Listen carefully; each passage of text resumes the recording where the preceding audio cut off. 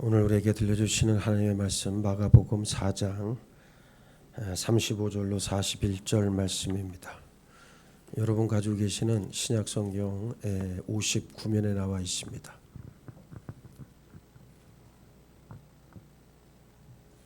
자, 찾으셨으면 우리 한 절씩 교독합니다. 제가 먼저 읽습니다. 그날 저물 때에 제자들에게 이르시되 우리가 저편으로 건너가자 하시니 그들이 무리를 떠나 예수를 배에 계신 그대로 모시고 가매 다른 배들도 함께 하더니 큰 광풍이 일어나며 물결이 배에 부딪혀 들어와 배에 가득하게 되었더라. 예수께서는 고물에서 베개를 베고 주무시더니 제자들이 깨우며 이르되 선생님이여 우리가 죽게 된 것을 돌보지 아니하시나이까 하니 예수께서 깨어 바람을 꾸짖으시며 바다더러 이르시되 잠잠하라 고요하라 하시니 바람이 그치고 아주 잔잔하여지더라.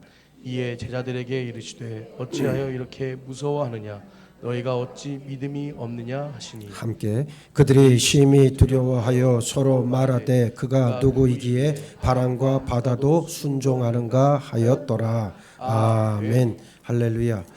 자, 오늘 말씀을 통해서 어찌하여 이렇게 무서워하느냐라는 제목의 말씀을 여러분들에게 전하겠습니다. 오늘 본문은 갈릴리 호숫가에서 많은 사람들을 향해서 하나님 나라에 대해 가르치신 예수님께서 이제 건너편 이방인의 땅 그곳으로 가시기 위해 배를 타고 호수를 건너가는 중에 생긴 일입니다. 풍랑을 잠잠케 하신 이적으로 알려져 있는 오늘 본문에 있는 말씀은 예수님의 신성 그리고 세상의 평화를 위해서 이 땅에 오신 예수님에 대해 아주 잘 보여주고 그려주고 있는 말씀입니다. 우리가 예수님을 믿는다라고 하는 것은 단순하게 이성적인 영역에서 안다는 것이나 또는 감성적인 영역에서 공감의 대상으로서가 절대로 아닙니다. 내 존재의 근원이 그분에게서 나왔고 그분의 말씀대로 사는 것이 인간의 궁극적인 지향점이고 무엇보다 그분 안에 있을 때 우리는 영원한 생명을 얻을 수 있다는 이 근본적인 깨달음이 내 존재의 삶의 뿌리에서부터 체험되어야만 합니다. 그래서 예수님을 안다는 것은 예수님을 만나는 것과 같은 말입니다. 비록 지금은 육신을 입고 살아가지만 육신을 벗는 그 순간까지 불완전함 속에서도 예수님 안에서 예수님의 말씀대로 사는 것이 나는 누구인가라는 물음에 대한 유일무이한 답을 해줍니다. 훗날 육신을 벗었을 때 구리 거울에 끼었던 동록과 같은 희미한 진리의 실상은 한낮에 해와 같이 빛날 것이고 그리고 이 무지와 무감각은 벗겨져서 비로소 진리의 실체를 마주하게 되는 그 순간 나는 어떤 깨달음을 가지고 어떻게 살아왔는가가 내 존재를 예수님 앞에서 빛나게 해줄 줄 믿습니다. 수고하고 무거운 짐진 자들아 다 내게로 오라 내가 너희를 쉬게 하리라고 하는 우리 예수님의 말씀에 아멘으로 화답하는 여러분 모두가 되기를 바랍니다. 예수님은 세상에 평화를 주시기 위해 오셨습니다. 죄로 인해서 하나님과 단절되었던 관계를 회복시키시고 화목케 하신 평화의 왕이 바로 예수님이셨지요. 제자들은 갑자기 갈릴리 호수에 불어닥친 광풍과 뱃전에 넘치는 파도를 바라보면서 두려움에 떨었습니다. 예수님은 그런 제자들을 보시고 말씀으로 바람과 물결을 잠잠케 하셨어요. 오직 말씀으로. 예수님 안에 평안이 있습니다. 예수님 안에 강함이 있다는 사실을 우리는 알고 있습니다. 우리를 두렵게 하는 세상의 요란함과 혼란을 잠잠케 하시고 그리고 평안을 회복해 하시고 누리게 하시는 분은 오직 예수님 한 분밖에 없습니다. 오늘 본문의 말씀을 통해서 먼저 이적의 상황은 어땠는지 한번 살펴봅니다. 갈릴리 호수 주변에 있는 지방들은 오늘날 거의 황폐화되었지만은 예수님 당시만 해도 지구상에서 가장 번화하고 아름다운 곳으로 손꼽히는 장소였어요. 이 갈릴리 호수는 다른 말로 디베랴 호수라고도 불려집니다. 호수 근처에 있는 도시들 가운데 디베랴라고 하는 도시가 가장 컸기 때문이죠. 또 게네사렛 호수라고도 불렸습니다. 호수 서쪽으로 비옥한 게네사렛 평원 지역이 있었기 때문에 그렇게 불렸습니다. 갈릴리 지방은 남북으로 800km, 동서로 400km 정도 되는 아주 넓은 지역을 말합니다.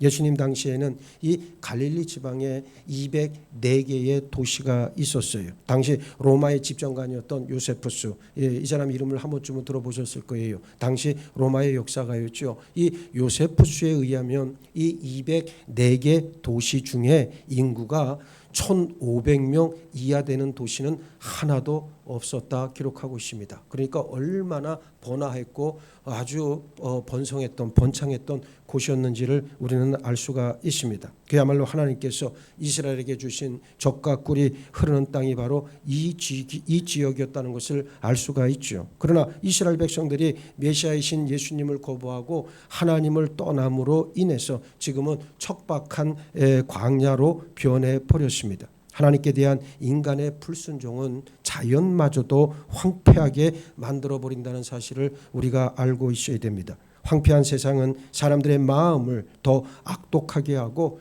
요란함과 혼란으로 들끓게 합니다. 지금 세상이 얼마나 뒤숭숭합니까? 하나님을 거부하고 하나님께서 만드신 창조 질서를 어지럽히고 인간의 능력을 극대화시키려고 하는 시도가 여기저기서 일어나고 있습니다. 사람들은 물질을 숭배하고 과학 기술을 맹신합니다. 이런 세상에는 느닷없는 전쟁과 싸움의 광풍이 불어닥치고 온갖 어지러운 세상의 파도가 넘쳐옵니다. 사람들은 이 혼란스러움을 피하려고 나름 자기 일에 매달려 보기도 하고 술과 마약, 온갖 오락과 육체적인 쾌락으로 회피를 시도합니다. 그러나 이러한 도피는 결코 인생의 진정한 평안을 이룰 수 없습니다. 제자들 가운데에는 노련한 어부 출신들이 있었지만 광풍과 파도 앞에서는 속수무책이었지요. 제자들은 자신들의 경험과 노력으로 이 광풍과 파도를 막아보려고 이겨보려고 안간힘을 썼습니다. 그러나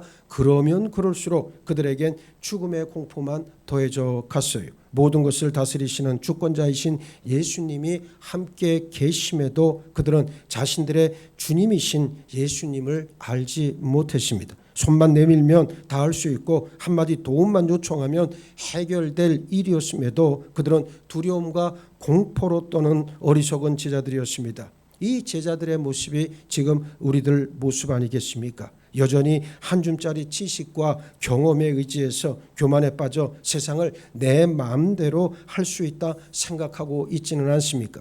하나님의 사람은 자신의 분수, 자신의 처지를 잘 아는 존재들입니다. 예수님 말씀에 사람이 자기 길을 한 자라도 자라게 할 수 없다 그랬는데 우리는 어느새 세상의 주인인 양 행세하고 있습니다. 나의 주인은 하나님이시오. 내가 그분 안에 거할 때 그분의 통치, 그분의 다스리심이 나를 두를 것임을 아는 사람은 세상 일로 인해 주변의 여건의 변화로 인해 우왕좌왕하지 않습니다. 둘째, 이 이적은 지금 우리 삶과 어떤 연관이 있는지 알고 있어야 합니다. 모인 무리들을 향해 하나님의 나라를 가르치신 예수님은 이제 이방인들에게 복음을 전하기 위해 갈릴리 호수 건너편 거라사 지역으로 가라 말씀하셨습니다. 제자들은 가자고 하셨지요. 제자들은 피곤에 지쳐 계시는 예수님을 위해서 편히 쉴 자리를 마련했습니다. 갈릴리 어부들이 가지고 있던 배들은 당시로서는 규모가 꽤 큰 편에 속했어요. 키잡이 앞 배꼽물, 즉 배 뒤쪽에는 작은 갑판이 있었고 그 갑판이 바닥이 푹신하게 만들어져 있었습니다. 되게 특별한 손님이 배에 탔다 그러면 그 손님을 위해서 머물 수 있도록 쉴 수 있도록 해준 자리였죠. 제자들은 이 자리에 예수님을 쉬시도록 만들었습니다. 배가 호수로 나아가자 예수님은 이내 깊은 잠에 빠져들었습니다. 그런데 고요하던 호수가 갑자기 돌풍이 불어닥치면서 파도가 높아졌어요. 조금 전까지만 해도 예수님이 말씀해 주신 하나님의 나라의 비밀을 듣고 마음에 기쁨과 평안이 가득했던 제자들이었는데 그 평안은 일순간 깨져버렸습니다. 제자들의 마음은 걱정과 두려움으로 가득 찼어요. 자신들의 경험과 힘이 전혀 도움이 되지 못했기 때문에 더 생명의 위기를 느낄 수밖에 없었습니다. 우리는 어떻습니까? 세상 환경과 그리고 주어진 직장과 사업, 자녀, 가정의 일들이 우리를 얼마나 염려하게 하고 걱정하게 만듭니까? 세상을 향해 한 발짝 걸음을 내디딜 때마다 염려와 근심, 걱정이 태산입니다. 만왕의 왕이시오 창조주시고 세상을 당신 뜻대로 지금도 다스리고 계시는 유일하신 주권자이신 예수님이 지금 배 안에 제자들과 함께 계시고 계십니다. 제자들은 예수님을 좋은 자리에 모셨어요. 그러나 제자들은 예수님께 도움을 구하지 않았습니다. 어쩌면 도움을 구해야 하는지조차 알지 못했던 것 같아요. 왜냐하면 예수님이 누구신지, 예수님의 능력이 어떠한지를 아직은 잘 몰랐기 때문입니다. 지금 여러분의 주님이신 예수님은 어디에 계십니까? 여러분이 믿는 예수님께서 여러분의 모든 환경을 다스리시고 여러분의 불안과 두려움, 고난과 어려움과 아픔을 그치게 하시고 평강을 주시는 분임을 분명하게 확신하고 있는지 자문해 볼 일입니다. 그래서 체험이 중요합니다. 예수님을 안다고 말하기 전에 먼저 예수님을 만나야 합니다. 말씀과 기도 그리고 성령의 능력으로 예수님 만나기를 축복합니다. 예수님을 만난 사람만이 예수님을 더 알고자 애쓴다는 사실이에요. 우리가 누군가를 사랑하게 되면 그 사람을 알고자 더 상세하게 알고자 애쓰는 것과 같습니다. 제자들은 예수님과 함께 먹고 자고 같이 생활하고 있었지만 그분에 대해 잘 알지 못했어요. 왜냐하면 약속의 말씀처럼 성령께서 아직 저들에게 임하시기 전이었기 때문에 그랬습니다. 그래서 말씀과 기도 성령의 능력으로 예수님을 만나야 된다 자꾸만 강조하는 겁니다. 이제 제자들은 부르짖습니다. 선생님이여 우리의 죽게 된 것을 돌아보지 아니하시나이까. 도움을 구하는 것이라기보단 예수님께 대한 원망에 가까운 말이에요. 우리는 이렇게 죽을 힘을 다해 파도와 지금 싸우고 있는데 주님은 어떻게 그렇게 주무시고 평안히 그렇게 주무시고 계실 수 있습니까? 왜 도와주지 않습니까? 라는 불평이자 원망의 소리였지요. 사람은 참 자기중심적입니다. 있는 그대로를 솔직하게 털어놓고 도움을 구하면 될 일인데 뭐가 그렇게 복잡한지 자꾸만 자기 중심적으로 행하고 나중엔 자기 합리화를 꾀합니다. 그래서 이 과정에서 필연적으로 남을 향해 원망과 불평을 쏟아내게 되고 나중엔 하나님마저 원망하는 지경까지 나아갑니다. 자신에게 주어진 환경을 원망하고 고통과 어려움에 대해 불평하는 것이 곧 하나님께 대한 불평이고 그리고 뭡니까? 하나님께 향한 원망이라는 사실을 우리는 알고 있어야 합니다. 그래서 하나님께서는 바울을 통해 성도가 필요한 것이 있다면 감사함으로 아뢰라 말씀하고 있습니다. 빌립보서 4장 6절로 7절 아무것도 염려하지 말고 다만 모든 일에 기도와 간구로 너희 구할 것을 감사함으로 하나님께 아뢰라. 그리하면 모든 지각에 뛰어난 하나님의 평강이 그리스도 예수 안에서 너희 마음과 생각을 지키시리라 약속하셨습니다. 예수님께서 제자들이 당하고 있는 두려움과 고통을 모르셔서 주무시고 계신 것은 아닙니다. 제자들이 도움을 요청하지 않았기 때문에 예수님은 반응하지 않으셨던 거예요.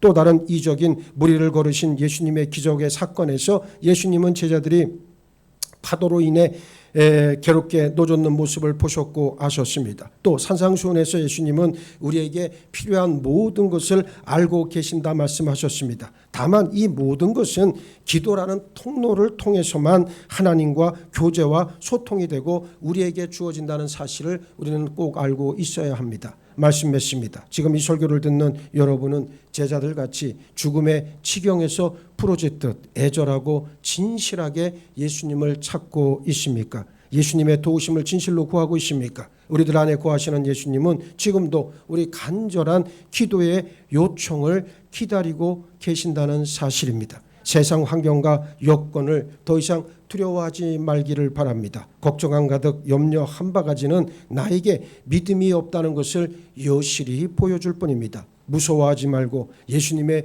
도우심을 간절히 구하는 여러분 모두가 되기를 바랍니다. 그러면 그 즉시 예수님께서 우리를 도우시고 예수님의 평강을 우리에게 흘려 보내주십니다. 잠잠하라 고요하랬을 그 음성 앞에 바람이 그치고 호수가 잔잔해지는 귀한 역사를 저희들이 바라봅니다.